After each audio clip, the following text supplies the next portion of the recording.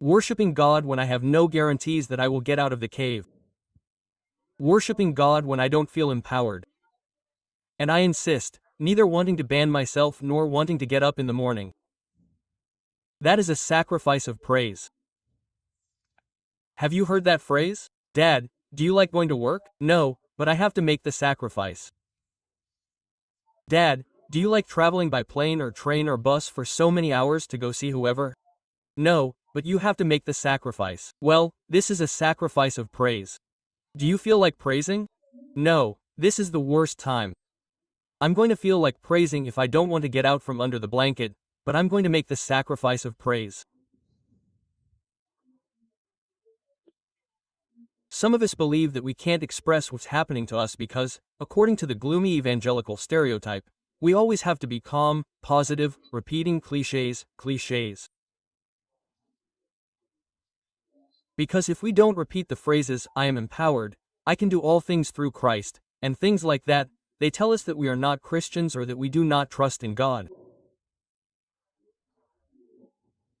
This gospel of empowerment has permeated the life of the church so much that we lack a theology of adversity. When we are faced with difficult situations, we do not know how to act because since we do not feel like empowering ourselves, we believe that we are doing something wrong. And if our mind, as I always say, is inexorably shaped to always be positive, we will end up living in imaginary Christianity, because life is not always going to be positive. That is an unrealistic vision, without common sense. We cannot be joyful and happy 365 days a year. Whoever says, I am always happy, is on drugs. Whoever says, hello, God, is drunk, on drugs, and has had several tequilas, something is wrong with them because no one can be happy all the time. Contentment, yes, because contentment is being happy, as Paul said, despite the ups and downs of life. But happiness as such, like living, oh, I'm happy, that's something else, a topic for another message. I consider myself a pretty positive guy, but there's something I believe. If we don't have a realistic view of adversity, realistic about adversity, when the time comes to go through it, the result won't be very positive because we're going to feel disappointed, frustrated. And why is this happening to me? And why is my son rebellious? If I taught him the Bible since he was little, and why is it part of adolescence, of adversity? And why does a couple go through crises? And why does the mother-in-law come often? Because it's part of adversity. We've always been told that it's wrong to complain, that it's a lack of faith. But what I want to point out is that David composed several songs of complaint during his stay in the cave. Later in life too, in the palace too, because the geographical change didn't make his moments of depression go away completely. But in the cave he wrote songs of complaint. I was reading that in the Bible there are different types of psalms, right? There are at least 3 types that I can identify. Some are called Psalms of Thanksgiving, which are all about gratitude and gratitude for the sun and for the sunrise and sunset. Others are Psalms of Enthronement. God, you are majestic, powerful, and a provider. But the popular category, the most common, the one that sounds the most are Psalms of Lament. Psalms of Lament swarm above other topics. And the most frequent psalm is about someone complaining to God. This does not upset God at all. If it had, God would not have allowed this to be part of the biblical canon. God is not upset by complaints. Yes, complaints that go down, because that is gossip. Complaints that go up please God, complaints that go down do not, because the one below is not going to solve anything for you. Oh, you don't know what that sister did to me and what the other gossip is going to solve for you. On the other hand, if it goes up, God can heal it. Now, many of us don't have the courage. Complaints always go up, they never go down, remember, in any company, in a company, a church. However, many of us don't have the courage to do this. So, we dress up in a stoic suit, we don't cover the wounds with a bandage. We never do catharsis with God so that God sees that we trust in Him, as if He doesn't know our heart. But there is a season to be sad, and that's okay. I have a message that says, it's okay that you're not okay. That's okay. Let's see. A friend sees us in the office on Monday morning and asks us, hey, how's everything going? What do we say? Quote, good, good, good. Or else, something very Hispanic. And I can't complain. If I complained, I would be ungrateful. What do you mean you can't complain? You didn't have an argument with your son this morning. You didn't just get mistreated by your boss. However, we tell a lie to a coworker and it doesn't bother us because it's none of his business, and that's fine. We tell him, hey, I can't complain. What are we going to tell him? If we tell him about the boss, there's a conflict of interest because we share the boss. If we tell him about the son, he's going to judge us. He's going to say, look, this believer is having problems with his son. So we say, okay, that's fine, because we decide who comes into our inner circle. But we can't put God on the same level as an office colleague, because God was with us during the argument with our son. He was there, and he was also saddened by the confrontation with our boss.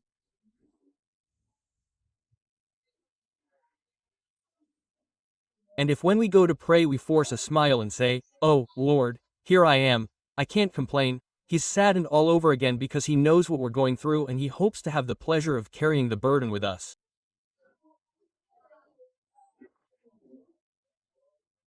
He wants us to tell him, he wants us to say, yes, it's wrong, sir, I'm in a bad mood.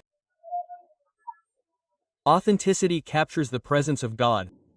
No, he's going to pretend that I'm your servant, Lord, resisting. No, I can't take it anymore.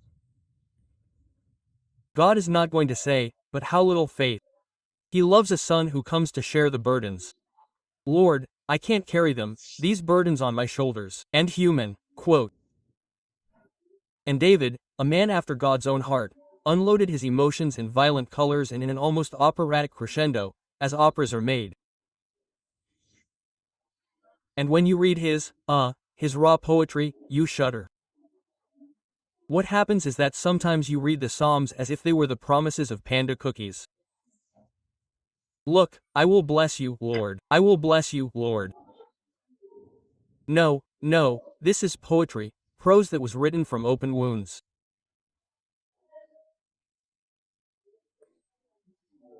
I believe that the starting point for dealing with our failure is to face it honestly, as I said last Sunday, and say, well, this is my dysfunctional family. I need help, quote. Because if we disguise and paint over what is wrong, we can never heal. We have to give our discouragement a name. And David didn't give it a name. He even put music to discouragement and composed some psalms so that all of us who have been, are, or will be guests in the cave can sing them. David's artistic range was impressive. It was very eclectic. He explores many genres, but my favorite record is listening to David singing the blues.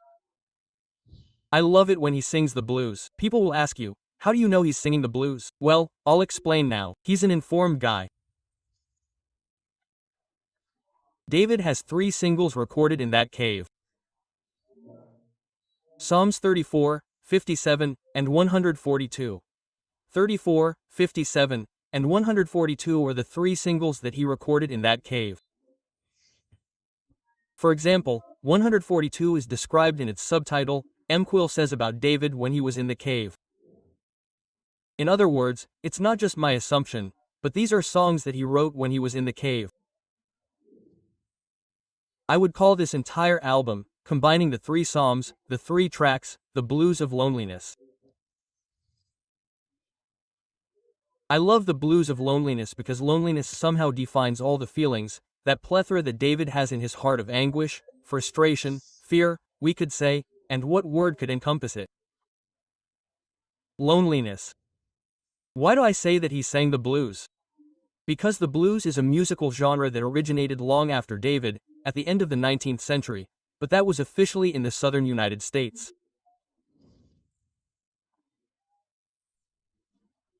African American slaves and farm workers created songs to cope with the hard work they did, using rhythms and melodies that would later become the blues. The blues is characterized by its 12-bar structure. It is a chord progression that repeats itself and provides the ideal framework for improvisation. That's what the blues is all about. You can improvise. The lyrics aren't complex like Arjona's "You Can Improvise" or Jesus Argan Romero's "For Religious People."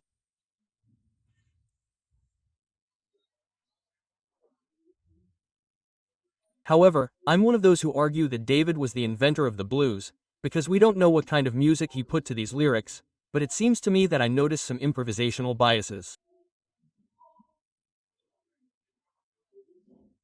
There's no other way to sing in a cave. You improvise. It's like the new song, right? And I think, without a doubt, I'm going to learn about this when I get to heaven, that some of his psalms have that unique bluesy tone because he wrote them during one of the most difficult times of his life. I can't think of rock, I can't think of even a ballad, I can't think of a catchy tune, not even the heart-wrenching tunes that we hear on the radio.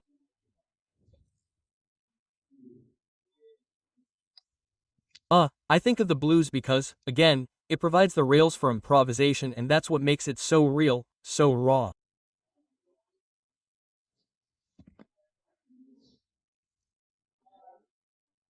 The cave scores are similar to Paul's epistles written from prison. What makes them so powerful 2,000-something years later? What makes them so powerful? Because they were written in a cell, in a dungeon, not at a comfortable, air-conditioned desk, not with 3-4 secretaries proofreading or editing. It's him writing, knowing that his head is going to roll in the sand. Maybe in the morning. So, the context makes certain lyrics much more powerful. We will always notice that every time we sing how great he is, there is an anointing that runs through the entire atmosphere. When we sing this amazing grace, exactly the same thing happens. They are years old, they have never been surpassed by any psalmist or any modern rock band. Because the context in which they were written was a context of pain, slavery, repression.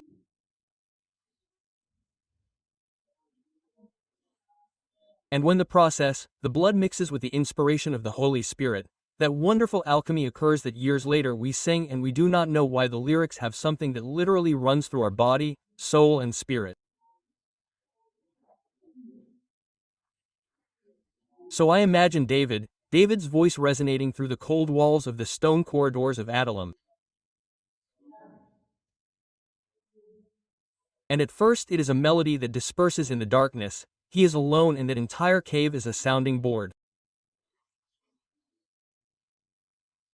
So David does not need to shout for his voice to be heard thousands of miles away.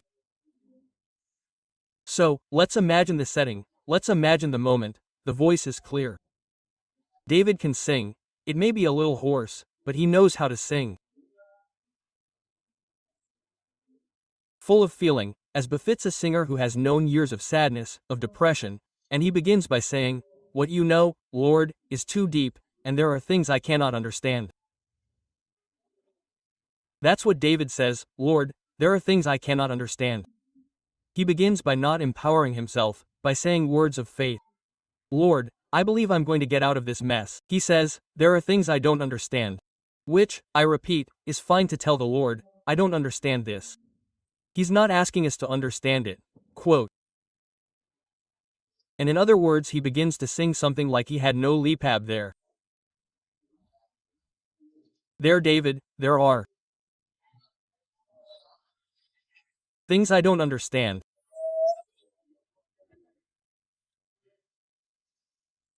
David says, "There are two places I will not go."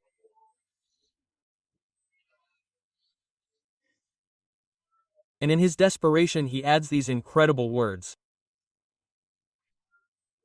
"How long, Lord, will you forget me?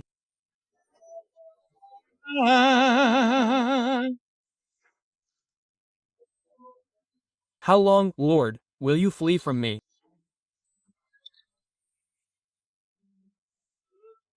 David was a man who spent 500 days crossing a forest.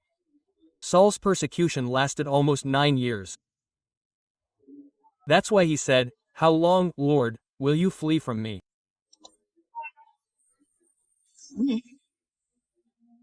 Yeah.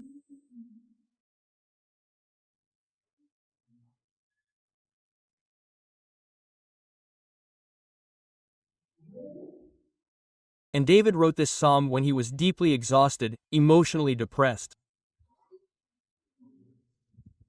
He couldn't go on another day, another hour, not even another minute. And there's someone who can relate. A song usually has a refrain, what we colloquially call a chorus, but the sigh of this psalm has a bridge that is repeated constantly.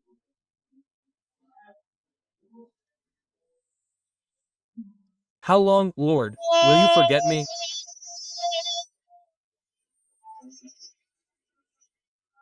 And it resonates throughout the entire cave. David confesses that his spirit feels anguished. Now that I say, what vivid terminology, right? David doesn't know where to go, he doesn't know which path to take. Life has become a great whirlwind that is coming upon him and he struggles to remain firm against the current. All he knows how to do is sing. His life is caught in a knot of problems. Which thread is he going to unravel first? You know those perfect storms where someone says, if it were just one problem, I could solve it, but there are many. But that's not the only emotion he feels. David feels abandoned. For me, this is one of the saddest verses in the Bible from the Psalms.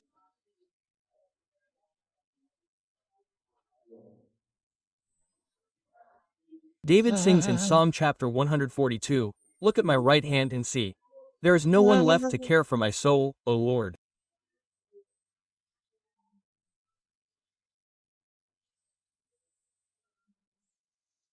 There are no words more devastating than those. There is no one left to care for my life. Even with a mob of supporters seeking to be with him, he is more convinced than ever that no one cares about him.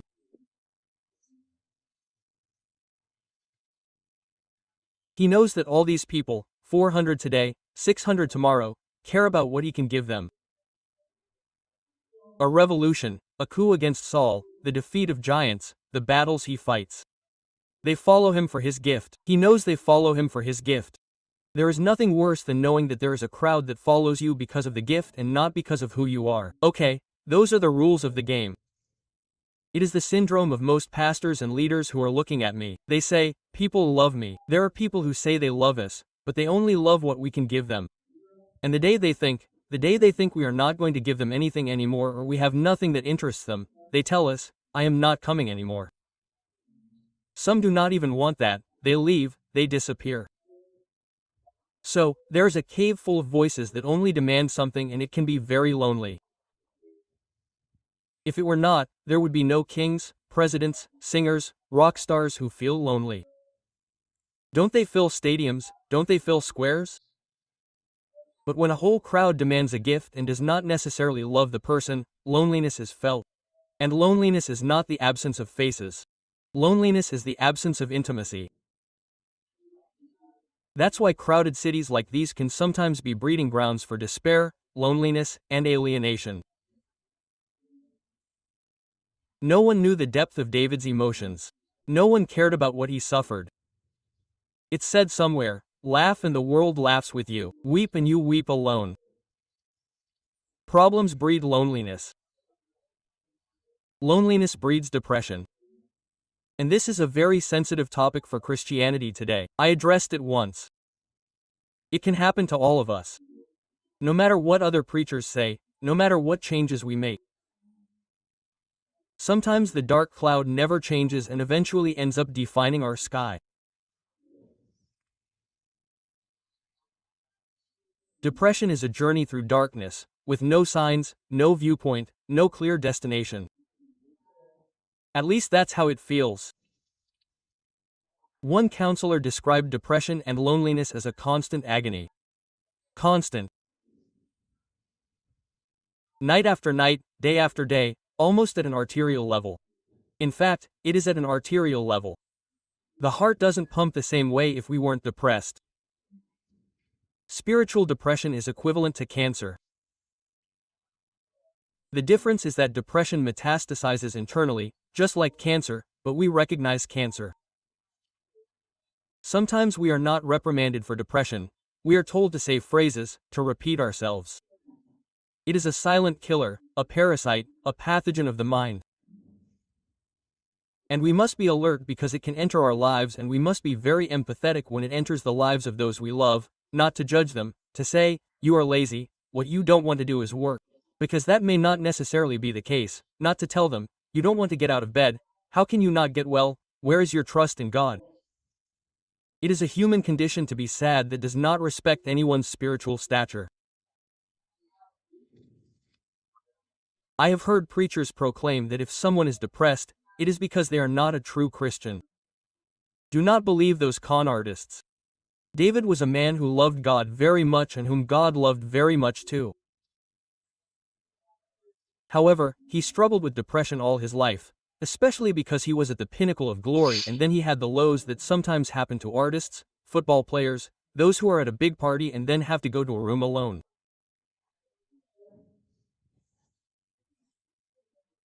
Our mistake as Christians is to privatize our pain, hide it, put it in a bunker, shield it so that no one notices.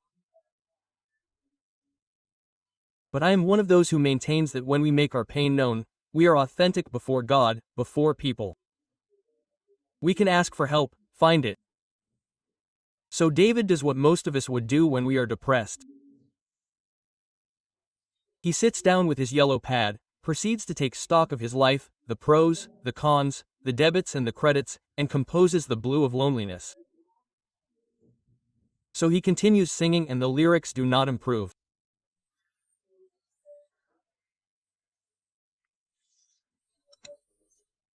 My enemies are much stronger and all I know is that I am going to die.